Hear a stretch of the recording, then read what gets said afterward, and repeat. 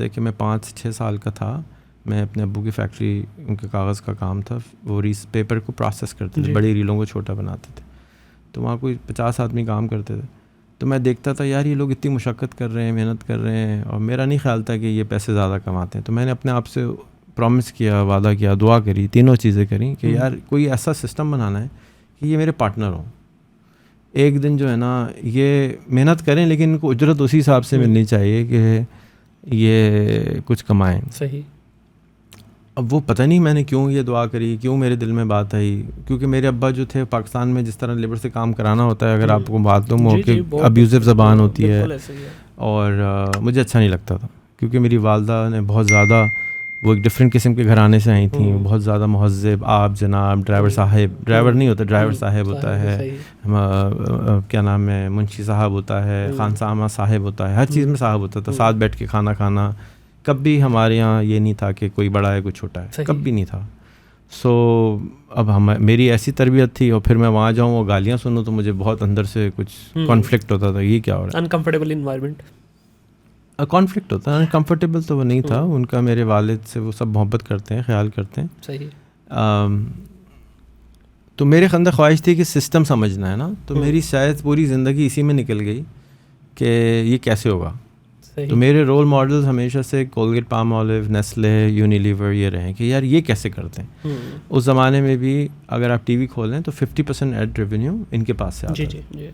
आज भी शायद वही होगा। तो हम इतने नालायक क्यों हैं कि हमारी कंपनी ऐसी क्यों नहीं। सो मेरी सारी ज़िंदगी इसी चक्कर में निकल गई कि यार ये कैसे होता है। 2000 से ज़्यादा बंदे मैंने ट्रेन किए, सब चले गए। सही। कोई मेरे पास 3 साल से ज़्यादा नहीं रुकता था। तो मैंने फिर कहा नहीं यार ये नहीं होगा, ये कुछ मैं गलत कर रहा हूँ।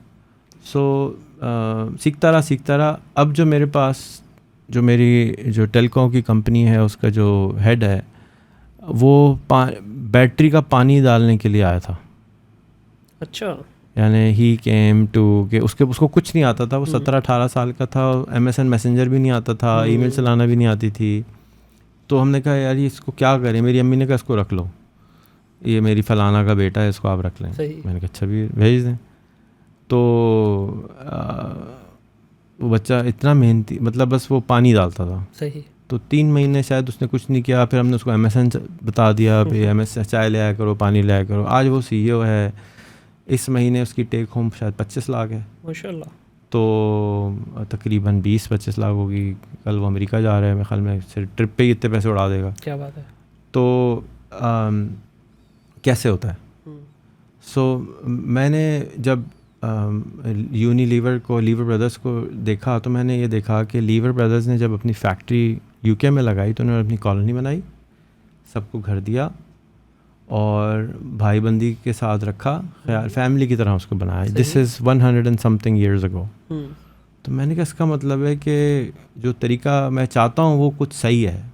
यानी मैं चाहता था भाईबंदी में रहें, ख्याल करें, एक दूसरे का बिरादरी बनाएं, अपनी टेक केयर करें ना। ये नहीं कि ओए तू नौकर है मैं ये हूँ, नहीं ऐसा। कम्युनिटी बिल्ड हो, हेल्दी कम्युनिटी।